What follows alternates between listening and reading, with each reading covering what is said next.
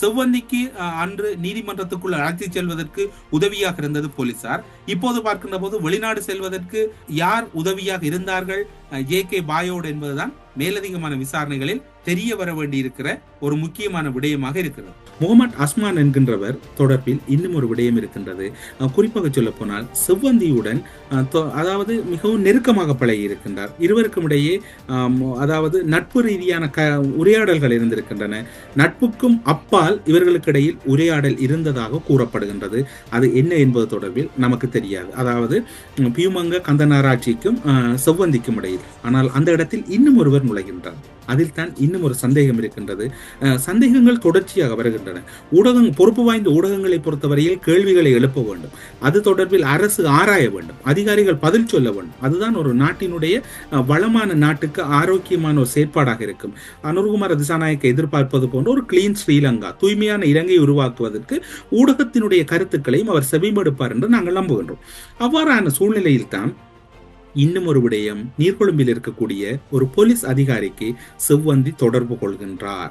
அதாவது, நான் துபாய்க்கு செல்ல போகின்றேன், இனி இந்த நீதிமன்ற நடவடிக்கைகளில் பங்கு பெற்ற மாட்டேன் என்று. ஆனால் அதன் பின்னர் அந்த அதிகாரியும் கைது செய்யப்படுகின்றார். அவரை தொடர்பு கொண்டமையானது செவ்வந்தி தொடர்ச்சியாக பயன்படுத்திய சிம் அட்டை இல்லை என்று கூறப்படுகின்றது. ஆனால் இப்போது போலீஸ் தரப்பு குறித்த போலீஸ் அதிகாரியும் தொழிலுக்கு அப்பாலான வேறு தொடர்புகளோடு இருந்தாரா என்கின்ற கோணத்தில் கூட விசாரணைகளை முன்னெடுத்து வருகின்றார்கள். இப்போது செவ்வந்தியை பொறுத்தவரையில் ஒரே நேரத்தில் தொடர்புகள், தன்னுடைய வேலைக்காக 2 தொடர்புகளை பேணி இருப்பது ஆரம்பகட்ட விசாரணையில் வந்திருக்கின்றது. குறிப்பாக பியூமங்க கந்தனாராட்சியோடு தொடர்புகளை பேணி இருக்கின்றார். அதே நேரம் நீர்கொழும்பில் இருக்கக்கூடிய போலீஸ் அதிகாரியோடும் தொடர்புகள் பேணப்பட்டதாக கூறப்படுகின்றது. ஒரே நேரத்தில் 2 நபர்களுடன் தொடர்புகளை பேணிய செவ்வந்தி இன்னும் யாரோடு தொடர்பில் இருக்கின்றார் என்கின்ற சந்தேகம் வலுக்க ஆரம்பித்திருக்கின்றது. இவ்வாறு பார்க்கின்ற போது இப்போது இடம்பெற்றிருக்கிற கைது, இந்த வாரம் இன்னும் பல கைதுகள் எதிர்பார்க்கப்படலாம் என்று கூறப்படுகிறது. இந்த கைதின் பின்னர் இலங்கையில் சட்டம் ஒழுங்கு எப்படி இருக்கிறது, இப்போது கைது செய்யப்பட்டிருக்கக்கூடியவர்களுடைய சூழ்நிலை எப்படி இருக்கின்றது, இந்த சர்வதேச அளவிலே பாதாள உலக குழுவின் முக்கிய புள்ளிகளாக செயற்பட்டவர்களின் கைதுகளின் பின்னணியில் என்ன செய்தி சொல்லப்படுகிறது, தமிழர்கள் இதனோடு ஏன் தொடர்புபடுகிறார்கள். குறிப்பாக சொல்ல போனால் இன்னும் ஒரு தகவல் இதில் பரிமாறப்படுகிறது.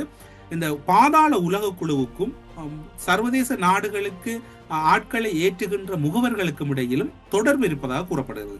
காரணம் என்னவென்று சொன்னால், அவர்களின் ஊடாகத்தான் பாதாள உலக குழுவில் இலங்கையில் குற்றம் செய்யப்படுகிற பலர் தப்பித்துக் கொள்வதாகவும் அவர்கள் இலங்கை ஊடாக வேறு நாடுகளுக்கு சென்று மறைந்து கொள்வதாகவும் இன்னும் ஒரு தகவல் உறுதிப்படுத்தப்படுகிறது.